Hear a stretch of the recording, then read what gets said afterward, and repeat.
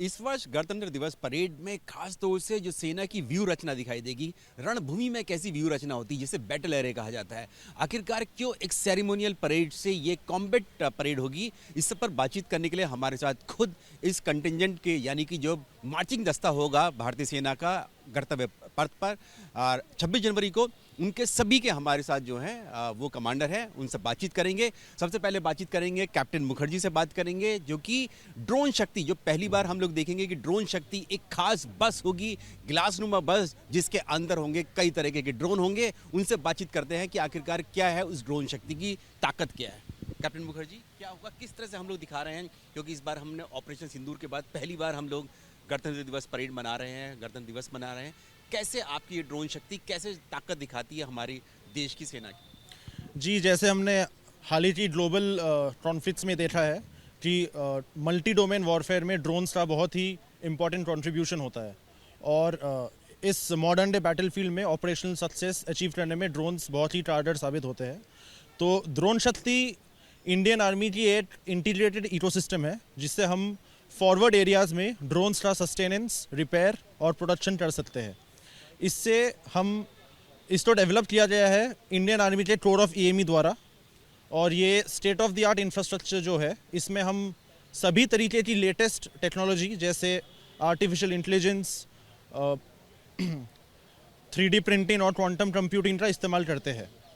ये आत्मनिर्भर भारत की तरफ भी एक स्टेप है जिससे हम एक्सटर्नल सप्लाई चेन्स पे डिपेंडेंस कम करते हैं।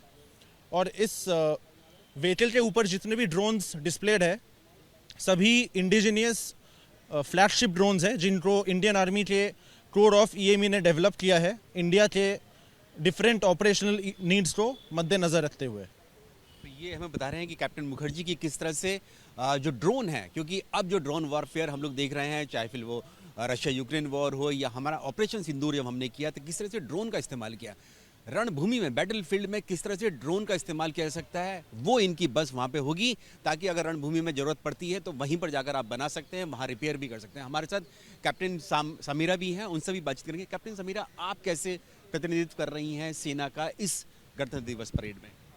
मैं लीड कर रही हूँ जो इंटीग्रेटेड ऑपरेशनल सेंटर है, जो एक टैब्लू है ऑपरेशन सिंदूर की सफलता को दर्शाते हुए, जो अभी तक हमें दिखा नहीं है। ये 26 जनवरी को ही हमारे सामने आएगा। इस टैब्लू में जो हमारे गणतंत्र दिवस में जो हमारे देश ने, जो हमारे देशवासी हैं और हमारा जो आर्म्ड फोर्सेस है और पॉलिटिकल विल है, उन सब का कैसे मिलाप हुआ और हमने सफलता हासिल करी। इसमें हमें ये भी देखने को मिलेगा किस तरह हमारा देश प्रिपेयर्ड है, किस तरह जो हमारे इंडिजीनियस वेपन सिस्टम्स हैं, किस तरह वो हमारे लिए एक आगे मिसाल के तौर पे इस ऑपरेशन में यूज़ हुए। कैप्टन समीरा, आपका ये कहना है कि जो झांकी होगी उसमें हम लोग देख सकेंगे कि ऑपरेशन सिंदूर में हमने कैसे अपने दुश्मन के सीमा में जाकर वहाँ पर उनके नेस्तनाबूद किए, उनके जो मिलिट्री इंस्टॉलेशन थे या आतंकी कैंप्स थे वो देख पाएंगे। इससे हमें ऑपरेशन सिंदूर की सफलता का एक दृश्य मिलेगा, जो मैं आपको आग्रह करती हूँ, मैं 26 जनवरी के लिए आपके लिए सामने आएगा। तो ये देखिए, ये जब 26 जनवरी में हम लोग जाएंगे गणतंत्र दिवस परेड में, वहाँ एक खास झांकी दिखाई देगी जिसमें दिखाई देगा कि ऑपरेशन सिंदूर जो 88 घंटे तक चला था, 6-7 मई की रात तक 10 मई तक, उसमें कहाँ कहाँ पर जाकर हमारे जो फाइटर जेट्स थे, हमारे लड़ाकू विमान थे, हमारी मिसाइल थी, हमारी जो तोप थी या जो भी हमारे रॉकेट से जो इस्तेमाल किए गए, ड्रोन इस्तेमाल किए गए, उन्होंने कितना बर्बादी की, तबाह किया पाकिस्तान में जाकर उनके मिलिट्री इंस्टॉलेशन को, उसकी झांकी दिखाई देगी। हमारे साथ कैप्टन विपिन जियोत भी हैं, उनसे भी बातचीत करेंगे जिनके टैंक होंगे वहाँ कर्तव्य पथ पर, जो हर साल हमें दिखाई देते थे। कैप्टन विपिन जियोत, इस बार कैसे आर्मर्ड यानी कि हमारा जो टैंक है वो कैसे दिखाई दे रहे हैं कर्तव्य पथ पर? सर, इस बार पहली बार हो रहा है कि कर्तव्य पथ पर अर्जुन और T-90 दोनों एक साथ मार्च कर रहे हैं। तो पहली बार ऐसा हो रहा है? ये पहली बार ऐसा हो रहा है। और इसके अलावा ये परेड को पूरा कॉम्बटाइज किया गया है, जिसमें पहले की सेरेमोनियल होता था। तो इस बार जैसे ही एक्चुअल वॉरफेयर में भी पहले टैंक से पहले रेकी व्हीकल्स मूव करते हैं, तो उन्हीं को रेकी व्हीकल्स को मूव कराया जा रहा है और उसके बाद ही टैंक मूव हो रहे हैं। एक और इसमें डिफरेंस है इस बार कि लेटेस्ट वॉरफेयर को देखते हुए, जैसे कि ड्रोन अटैक्स ऑपरेशन सिंदूर में भी हमने देखे, तो इसलिए हमने अपने इक्विपमेंट को भी मॉडर्नाइज़ किया है। हमने इस बार अपनी रेजिमेंट में बनाए हुए कोप केजेस का इस्तेमाल किया है, जो कि हमें टॉप अटैक और ड्रोन अटैक से प्रिवेंशन देते हैं। बिल्कुल। ये देखिए, पहली बार ऐसा होगा कि जो टैंक्स जो हैं, कि अभी क्या होता था, कभी कभी हर साल एक टैंक आता था, लेकिन इस बार 2 टैंक हम लोग देखेंगे और ये व्यू रचना में ही आएंगे। जैसे हम लोग बात कर रहे हैं बैटल एरे की, हमारे साथ कैप्टन विकास भी हैं, उनसे भी बातचीत करेंगे। कैप्टन विकास, आपका स्वागत है। आप किस तरह से लीड कर रहे हैं अपने मार्चिंग दस्ते को? मेरा नाम कैप्टन विकास है और मैं इन्फेंट्री का कंटिजेंट लीड कर रहा हूँ, जिसके अंदर हमारे पास यूजीवी है, अनमैन्ड ग्राउंड व्हीकल।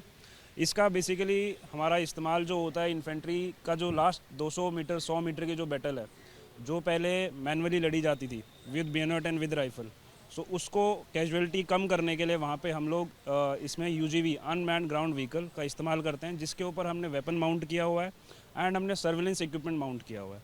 तो लास्ट का जो 100 मीटर का बैटल है, हम दुश्मन को वेपन से न्यूट्रलाइज़ करते हैं और उसके बाद फिर इन्फेंट्री जाके लास्ट की दुश्मन को न्यूट्रलाइज करते हुए लास्ट की कार्रवाई पूरी करती है। बिल्कुल।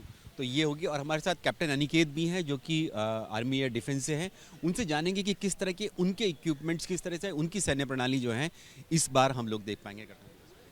सर, जैसा कि आपने देखा, मेरा इक्विपमेंट है आकाश मिसाइल, तो जो कि भारतीय सेना का भारत का पहला indigenously made surface to air में हमला करने की क्षमता रखने वाला मिसाइल सिस्टम है। ये भारत का पहला स्वदेशी निर्मित सिस्टम है। इसकी मारक क्षमता करीब 25 से 30 किलोमीटर के अराउंड है। और जैसा कि अभी सबने देखा कि ऑप सिंदूर में भी इसने एक बहुत ही अहम भूमिका निभाई है। बाकी हम दुश्मन को काफ़ी पहले ही भांप लेते हैं और उसको बिल्कुल 100% इसको मारने की क्षमता रखते हैं। तो आकाश मिसाइल सिस्टम ऐसा है, जैसा कि ऑपरेशन सिंदूर के दौरान देखा कि हर कोई जान गया कि आकाश सिस्टम जो हमारा स्वदेशी जो मिसाइल सिस्टम है, उसने कैसे हमारी जो एयर स्पेस थी उसकी सुरक्षा प्रदान की, वो भी इस बार दिखाई देगा। हमारे साथ खुद कैप्टन तनिष्क शर्मा भी हैं, उनसे भी बातचीत करेंगे। कैप्टन तनिष्क, हमें आप बता पाएंगे कि किस तरह के इस बार का इक्विपमेंट आपकी तरफ से दिखाई देगा कर्तव्य पथ पर? जी, मैं यहाँ MRSAM medium range surface to air missile weapon system को लीड कर रहा हूँ। यह एक medium range surface to air missile weapon system है, जो कि आकाश में दुश्मन के एयरक्राफ्ट्स, उनके हैप्टर्स, सबसोनिक और सुपरसोनिक मिसाइल्स को भेजने की क्षमता रखता है। इस इक्विपमेंट की रडार रेंज 300 किलोमीटर और मिसाइल की रेंज 70 किलोमीटर है। इसने ऑप सिंदूर में भी अपनी काफ़ी अहम भूमिका निभाई थी।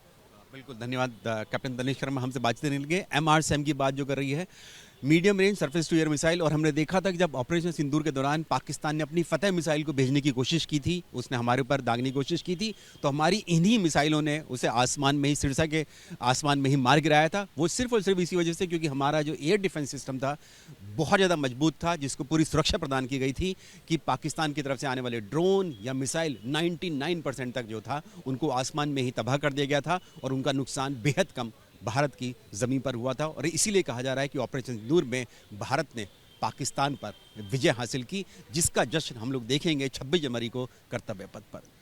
कैमरामैन मनीष उनियाल के साथ नीरज राजपूत, ABP न्यूज़, दिल्ली।